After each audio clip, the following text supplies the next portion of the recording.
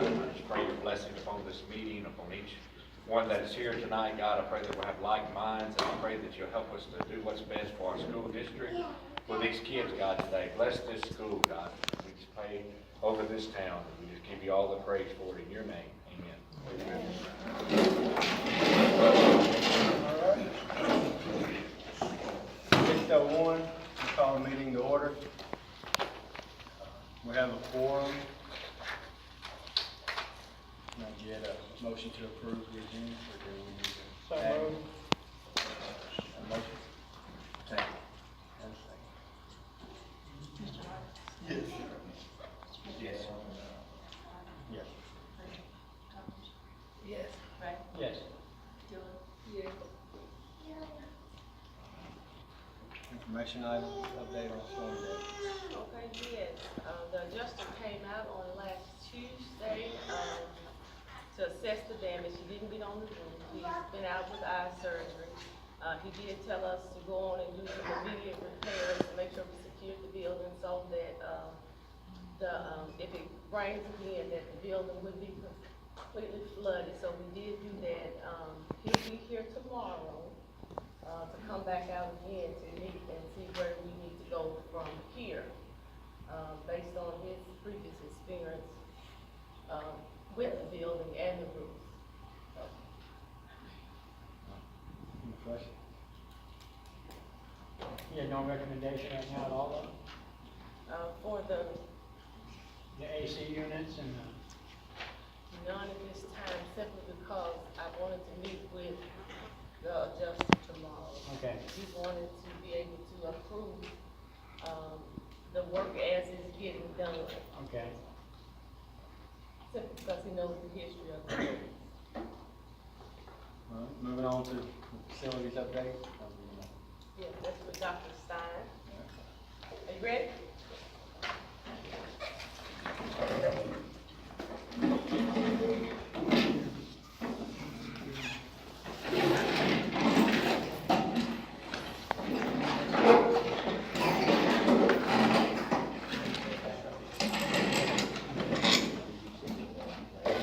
Really, I guess the bad news is seeing me again, that I have more slides, but I guess the good news though, is these slides are some new slides. You have it.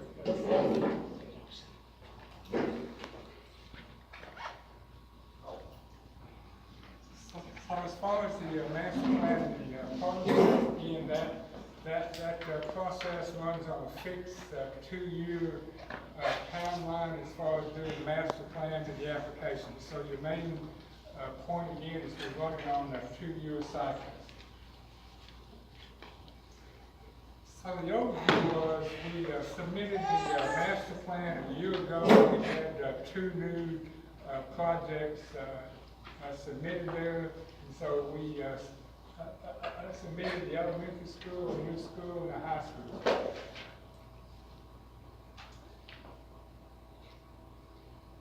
So here was the plan of those new schools in general, rough sketch really of the master plan now. So here was the timeline really of that prior 2-year cycle. Again, the school board voted on the projects. We submitted them. A master plan meeting we had about a year ago in December. So we submitted a plan, and so a school millage election you voted on last month. See, as far as this timeline, we're still waiting on notification of funds, so we still wouldn't know of funds until May 1 of next year.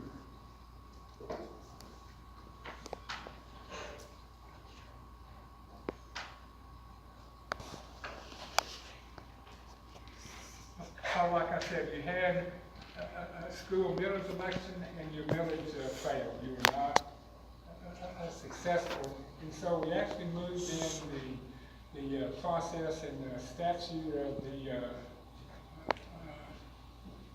distress status. Process is laid out in statute, and so if a school millage fails, then a school district meets with the state. And so they met, and so they agreed we had significant, warm, safe, and dry needs. And so we're really in this timeline now. We have 60 days now making some new plan now. The millage failed, and so you still have some needs. And so we need telling them the plan now we have. So here's some of the options though is going down this path, of course, and we're nowhere near any of this, but still you need knowing that these sanctions though are available in law if you somehow wouldn't satisfy warm, safe, and dry needs.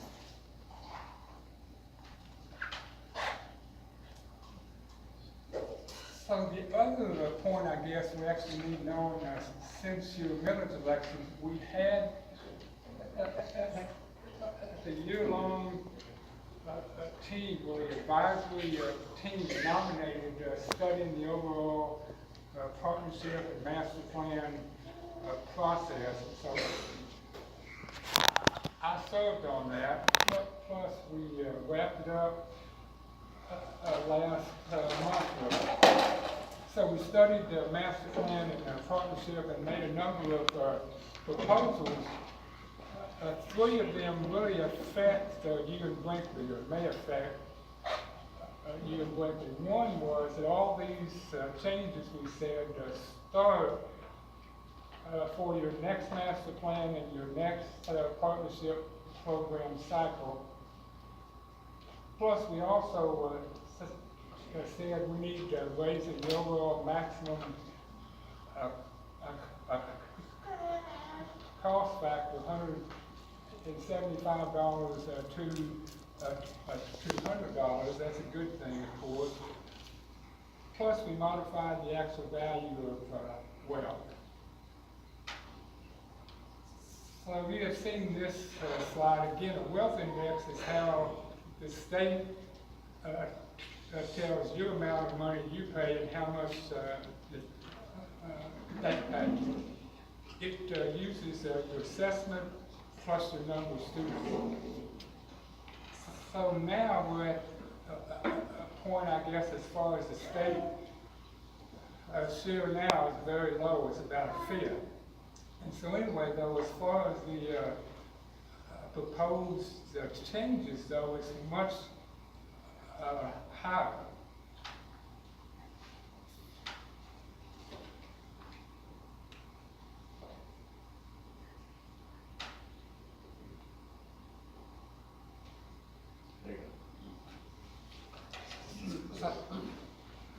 So here's more issues you need to know as you study the options and the things you move ahead with.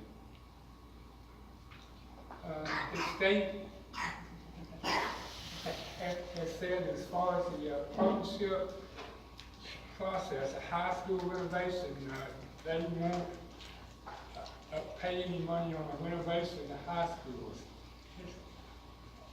And so though in the elementary school, though, the state is saying they may pay on some renovations there in the elementary school. So the issue that should you perform some renovations in your school, like some systems on the roof, the HVAC, or anything, so you have invested some money now in your school building, so the state is saying if you have any renovations, well then you wouldn't have some more money as far as new schools. So the option is you either have new school money or some renovation money. Plus the other thing you need to know in the process now, if you have any vacant schools or school buildings sitting around, charter schools may move in and buy and rent into those. So the other deal is the timing though, as we look ahead for the next master plan and partnership cycle.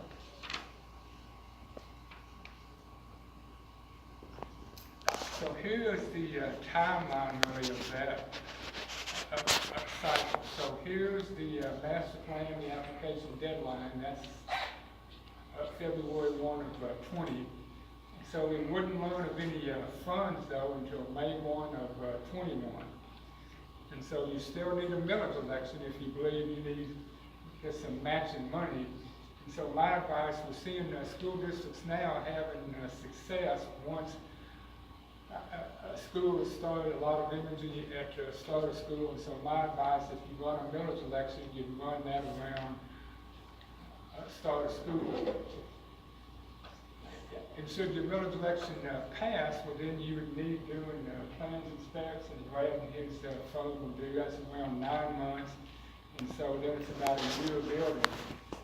And so the overall bottom line would be, if we're sitting here now, the soonest that you would have a new school building is around 5 years away.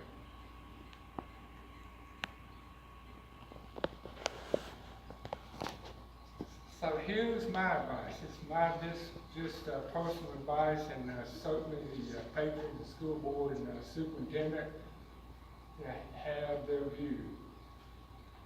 Partnership funds now, you receive very little money. So my advice would be to turn back any money you may have next year. Like I said, May 1 of next year, you would learn of that.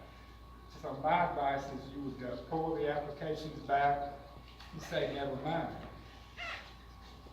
And the reason being is you would resubmit master plan, the applications, and you would have much more partnership funds.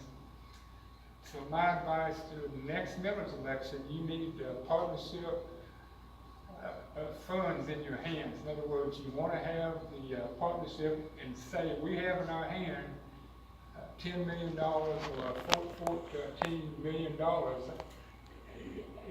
And so you want to have your known state funding. Plus, in my view, we're really sitting at some point, I guess, in time. You really need your vision, in my view, of the next 10 years. In other words, 10 years from now,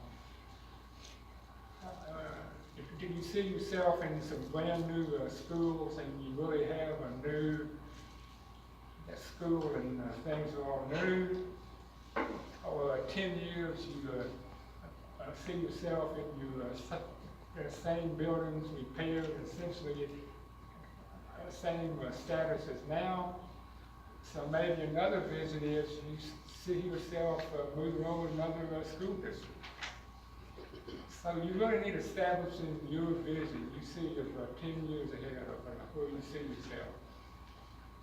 So my advice also, your next master plan, your next partnership, and your next school millage, you need the patrons and everybody involved. In other words, the patrons and everybody really need establishing what plan should be.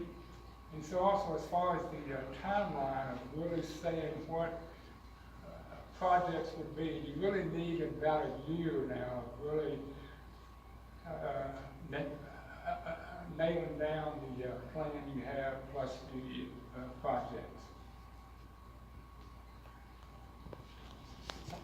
Here's some of the options you may explore now. As you look ahead and you're making your plan, here's some of the options.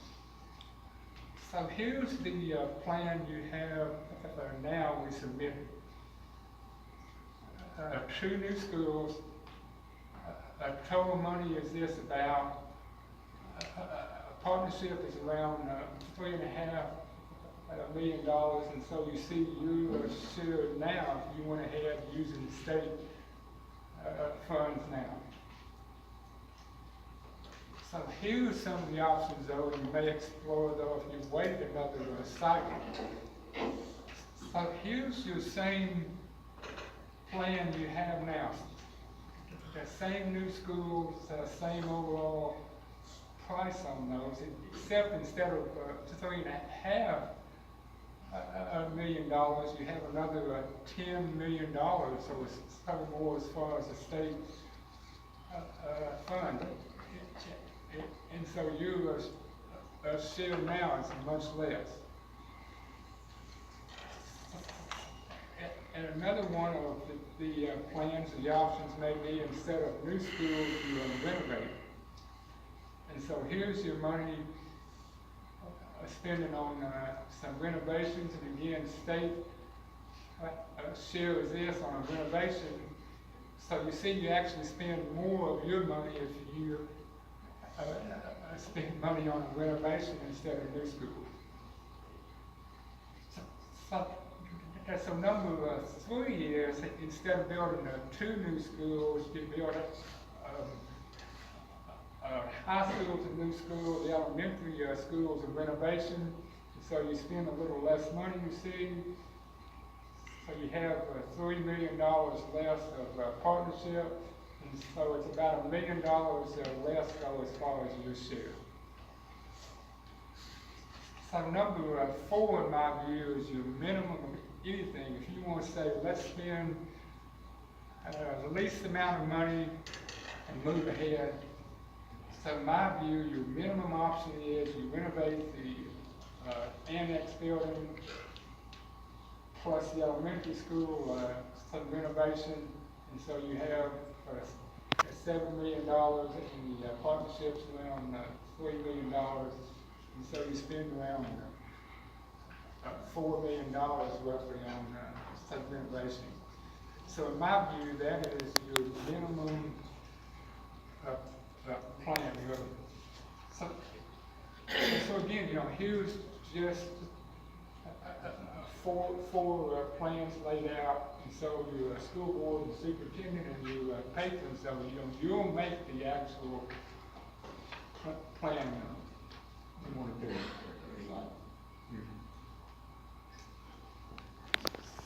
As far as the money I had, so here's some self-funded things, though you may need funds for here. So here's some of the options if you want to renovate in the field house or the pre-K. So here's some self-funded things you may want to raise money for.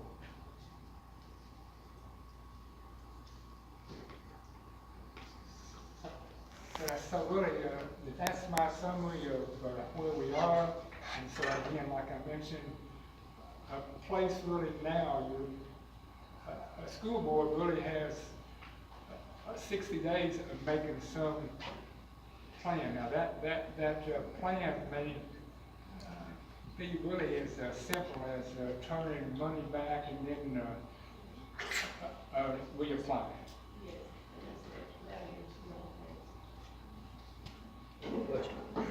we no longer have 60 days though now, right? We have like, what, 2 weeks left? So you have around a month or so left, and that timeline is not firm, though.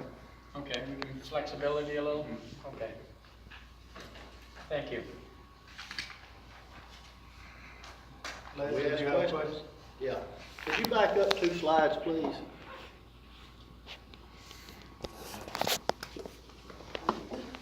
There's the one, I believe, that different options on.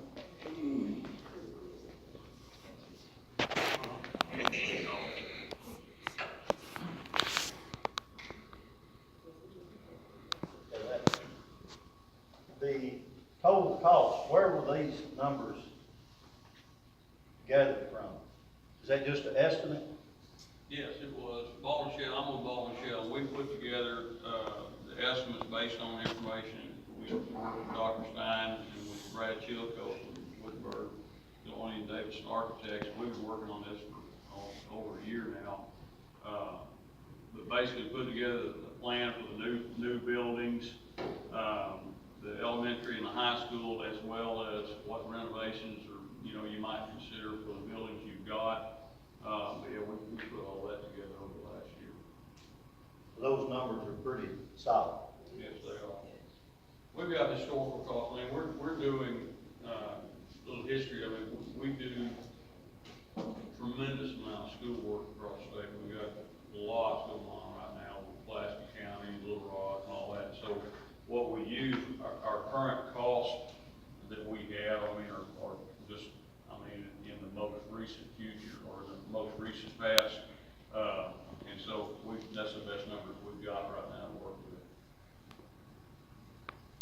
Does this pricing include the taking down the old buildings? Yes, it does.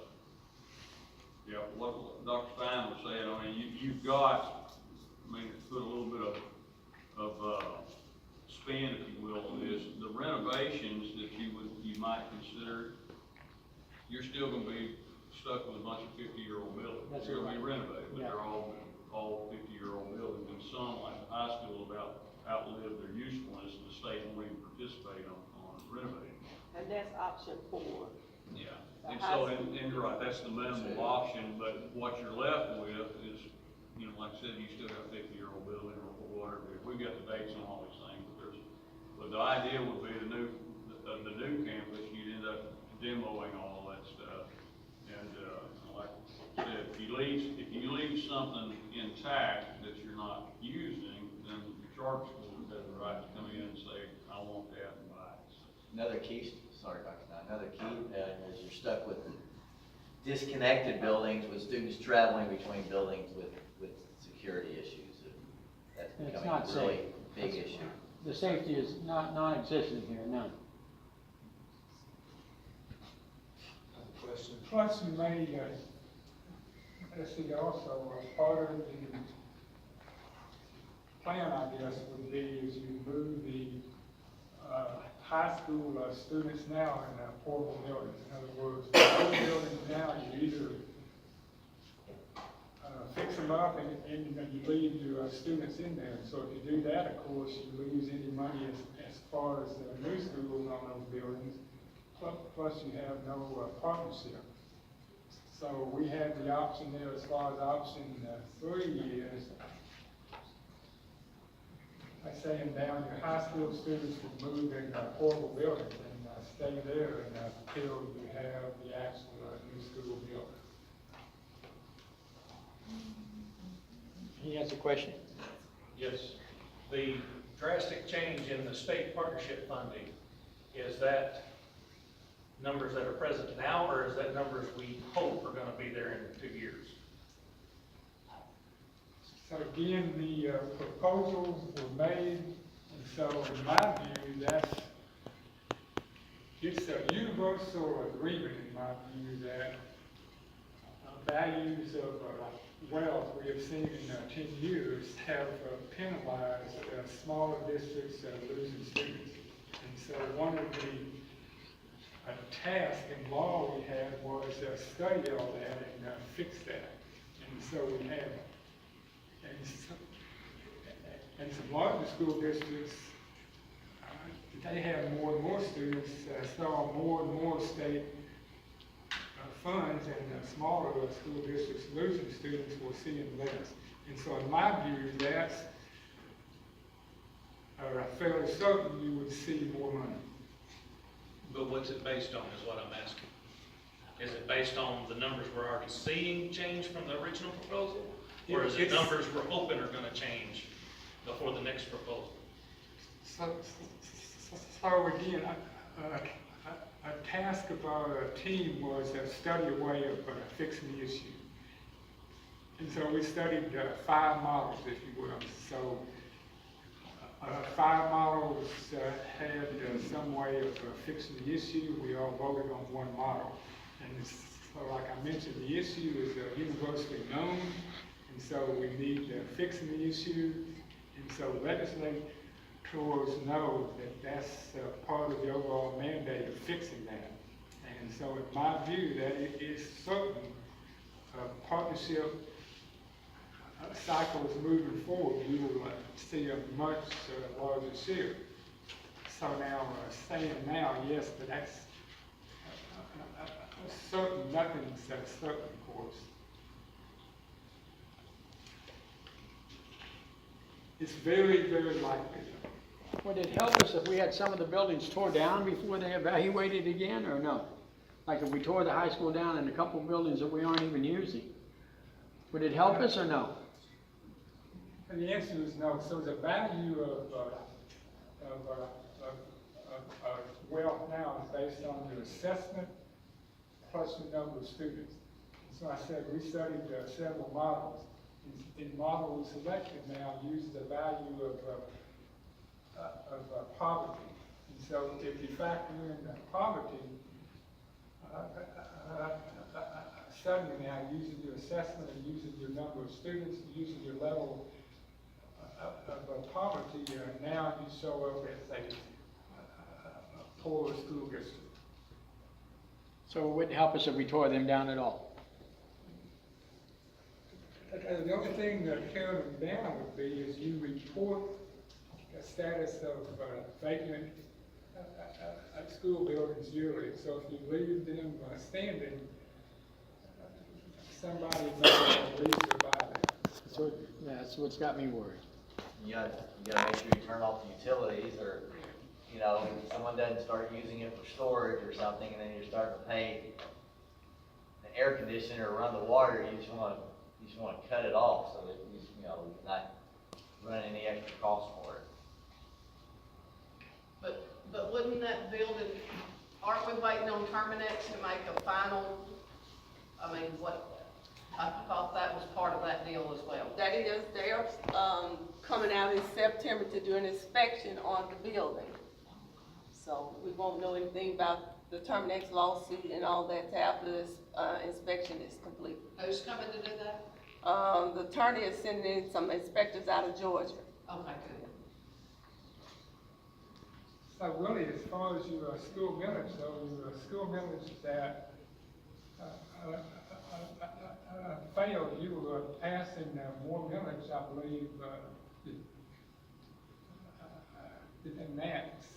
So you're looking at, it seems like a smaller millage rate here. Be about half, wouldn't it? No, they were only passing half of the millage needed for the original plan. They were gonna slip it in as It was two a parts. 12, Of course, it's to do the second millage. Was it at 12? They're going to roughly, we're looking at maybe at. It's a half and a half, maybe 10 and a half. 10 or something. Was it 6 or 8? I'm confused now.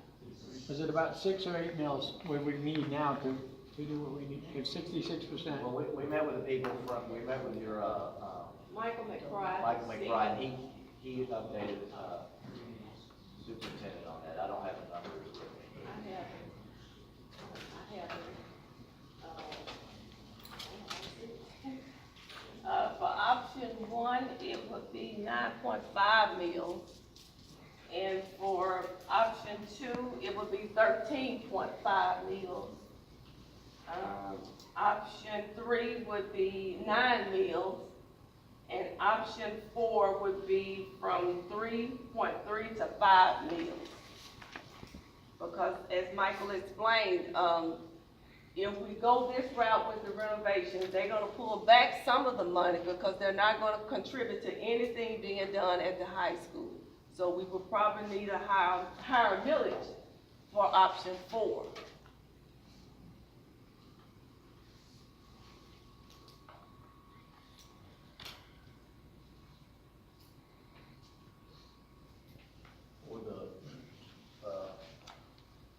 If the district decided to go with option 4, and y'all did the renovations, it would be a 50-year-old building. But with the renovations, how many years can you foresee that building still being used? Well, the primary renovation work would be the roof structure, particularly like with the annex. We know that that's had significant roof damage over the years, been passed 100 times. But that basically is a paint up, fix up there. I think we figured some rework of some bathrooms and some HVAC and lighting, but it's not a wholesale gut of the entire facility and a rebuild back. It's basically utilizing the spaces that you have, correct me if I'm wrong, but basically going in and taking all the ceilings, taking the roof off and rebuilding all that structure and putting the roof back on it, and then going back with new finishing thing, but it's I mean, you're still, at the end of the day, it's that same building, the same block walls, the same, you know, like I said, it's a paint up, fix up with some HVAC and electrical thrown in there too.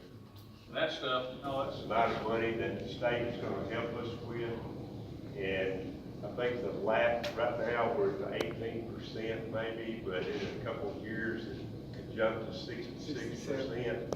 So, and that sounds like the way you're talking, that is the main, that poverty index is the main reason that we get to move up to this 66%. So, how exactly is this poverty index figured, and what exactly is that? Is that like the Monroe County,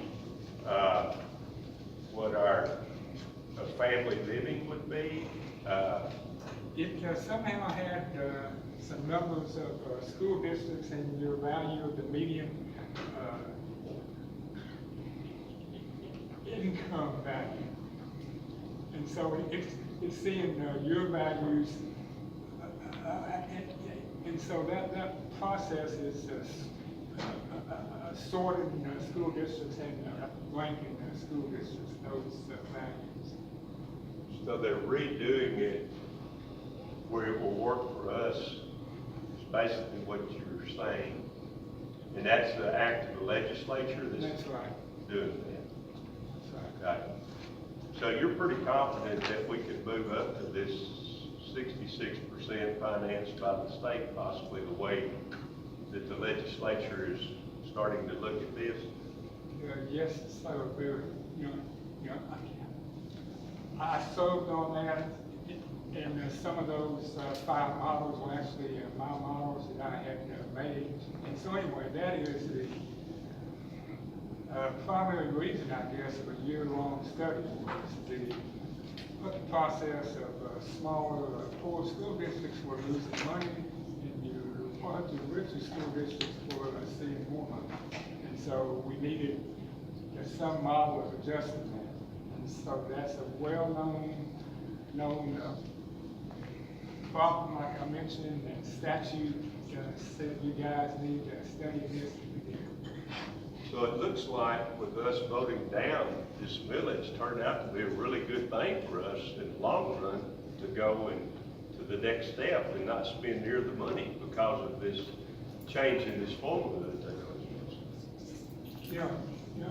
I served several school districts, Springdale and Jacksonville and Bryan, several school districts. And so school districts, of course, have school millage elections. So, part of my assistance is helping you pass the school millage.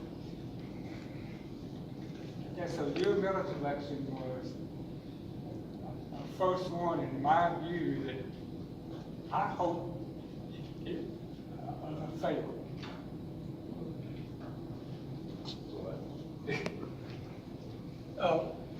This enrollment was 16, 17. Do you have this year's elementary and high school enrollment? Actually, we're up. What would the number be? I want to say that elementary was 301. I think we're like 25 students more, I think. Right. Yeah, we went Yeah, up. we're up from last year. Mm-hmm. Which one was 300 elementary? Yes, the elementary. 300. Elementary's 301 and high school approximately 200, Yes. about 500. 190. I have a question. You said, if we went with a new number 1 a while ago, you said that, where you had on the slide in May, we would know exactly what the state had given us, and the millage would be in August, so we would know what millage we need. Is So you would learn I May mean, we would 1. actually know what we're gonna get. And so again, the idea is, you learn your state funds, and so you learn if you have exactly 10.5 million or 11 or that $10 million, so you know exactly a state, and then you know you're exactly.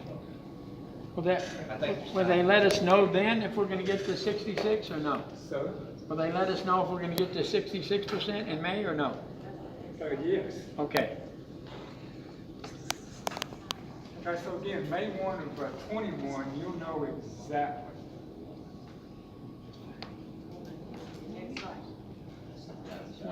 We have to have a plan now. So your plan now is due It's still on the list. February 1st. Doubled up. So now is the opportunity to review it, so I wish seeing your papers due and they're due. Renovations of this school. Okay, it says we have to have 108,000 square feet. What is the usual? The 108. Exactly. Well, it's gonna be in that range.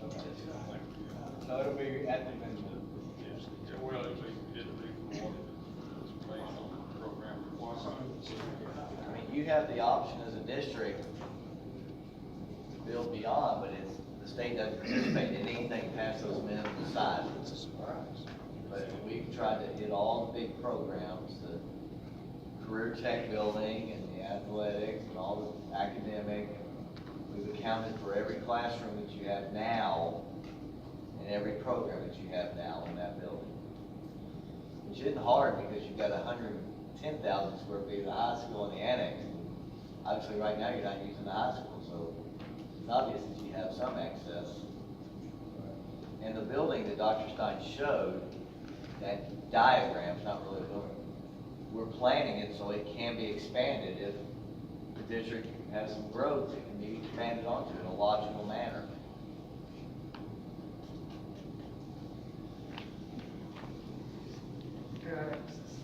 So really, I guess your leap here is, you may have 3.5 million dollars next year. You'll learn May 1 of 19 really as far as your funds for next year. And so my advice though is you say no and reapply. Just a question. Is the 66% based off of legislation takes that on and it goes before a vote? Say again. The 66%, I mean, is that number based off of it going to a vote before legislation? Before the education department makes the alignment? Or do they just decide once it's done? That's the model, of course, like I mentioned, and so in a session meeting next year now, they'll vote statutes. So we'll know around 6 months or so as far as the legislative session. So we'll know in 6 months if that's So it has been proposed. something we're going to do. As far as that, in 6 months or so, we'll know. But there are some things you all can do now. You all can write your representatives. The school board members in this area, including myself, we're meeting with the representatives at our next board meeting at the co-op next month. And so we've already contacted them and they're gonna be present. So, I mean, there's some things that you all can do as patrons. You can start writing them, you can start making phone calls.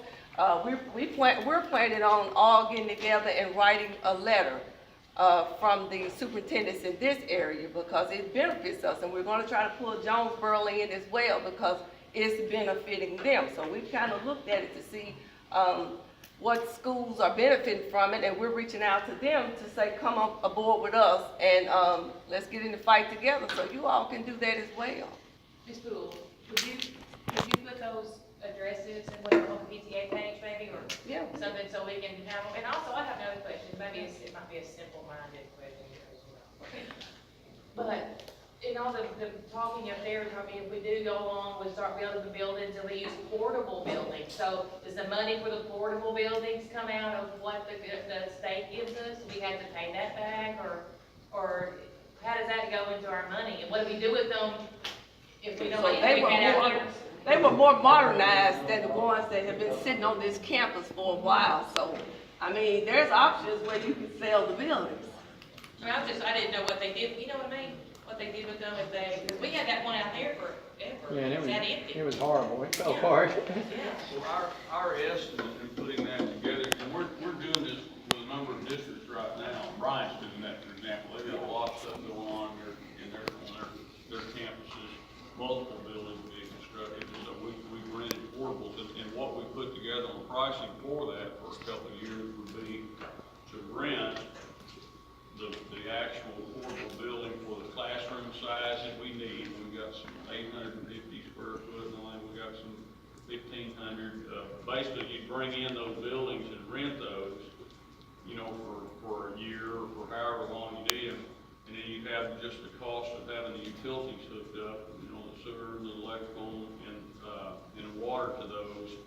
And then when they're done, when you're through with the construction, or part of the construction where you can move students into a new building, or renovated building, then those go back. They're just on a lease, so you're not stuck with something that you can't get rid of. Good. Is that cost figured in the proposal? Yes, it is. So It is. the buildings are net zero then? That's correct, and it's figured into the cost, I think it was around $2 million, I believe, for the rental. For several years. For 3 years, and then the initial cost for the hookup of utilities, and that's just a one-time deal.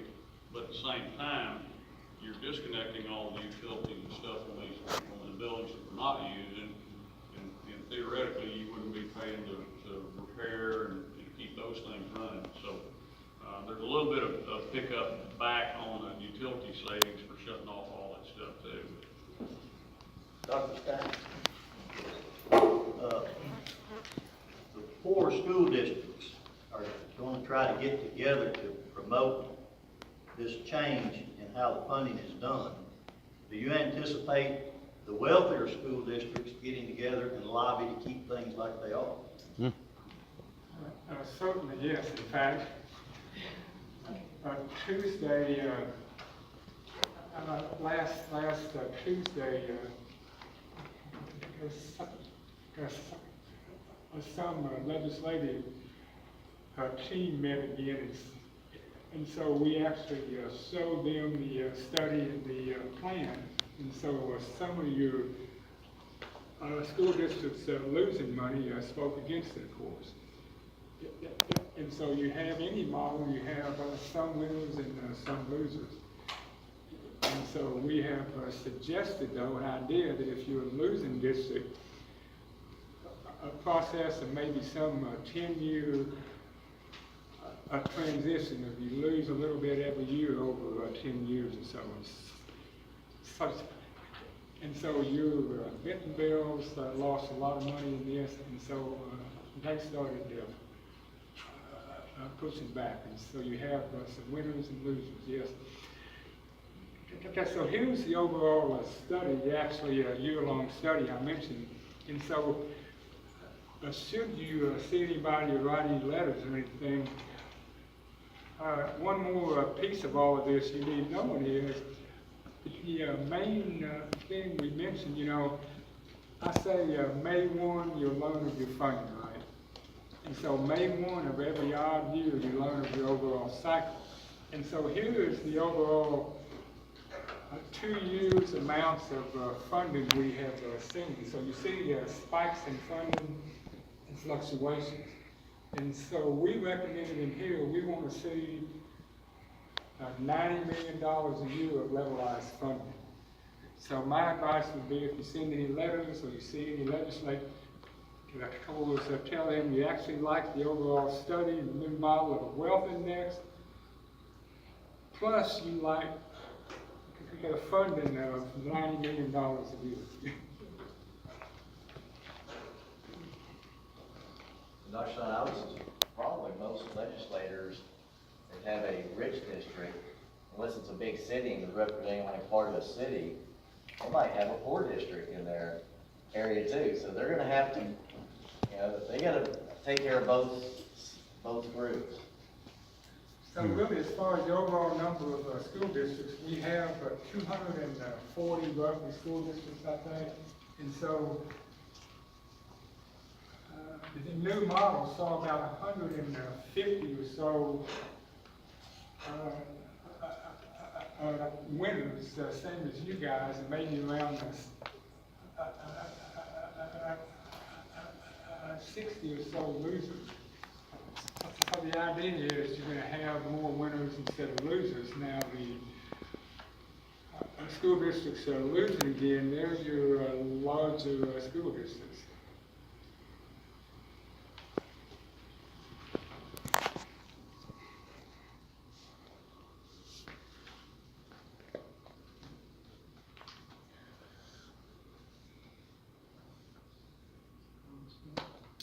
I have a question. Say whichever option the board and the district does decide to pick, is just picking the option enough to appease the state to avoid the takeover? So, you know, they have seen your school building, and so they have seen the plan, they have seen your need. And so we have to somehow address your needs. And so the only options are, some renovations is one way, the other option is a new school. So you need doing something, yes. So again, should your next millage fail and you have no money again, so then you plus the state are in a bind, really. In other words, you have some buildings, you need fixing them or doing something, so your millage will not pass, and so then you're moving a little further down that path of perhaps of a state takeover, perhaps. All four of your proposals that we looked at tonight, though, would meet the state requirements. Yes, sir. Dr. Can you explain to them what happens when the state actually, if the state did take over, would we be required by the state to increase our millage anyway, or would we be able to still, you know, go and set our own millage? To my knowledge, they have no way of making you have more school millage rate. They have the option, though, of making you seize your spending, though, on all your the things in your district, you know, not tied to the educational things. So they have the option of stepping in and saying no more band, no more music, and no more sports, any of that stuff. And so their process there is loaning you money, and you use their money and you fix up stuff. And so on the other hand, they're then pulling your money on your sports and your band and your other stuff and paying them back. And so we know, though, if you lose your sports and your band and your music, so you really lose the overall school district.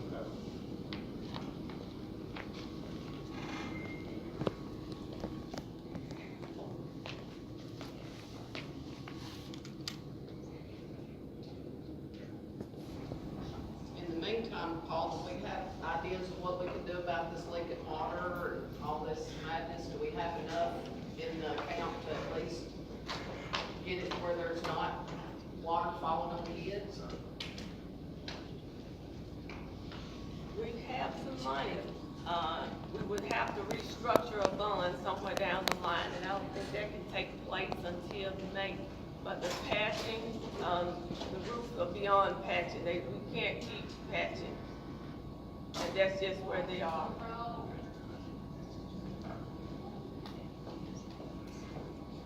The school board, what process are y'all going to use, if you know yet, to determine which of these plans, if any of them, would be the one that y'all would propose to the district to vote on? The first time. Are y'all going, what I'm getting at, are y'all going to, as a board, say this is what we want, or are y'all going to try to get input to build a consensus with the population in the district? We're definitely gonna get him. Well, what I would like to see, I would like to see a citizen advisory panel that, and it can be led by Leslie Brown if all possible.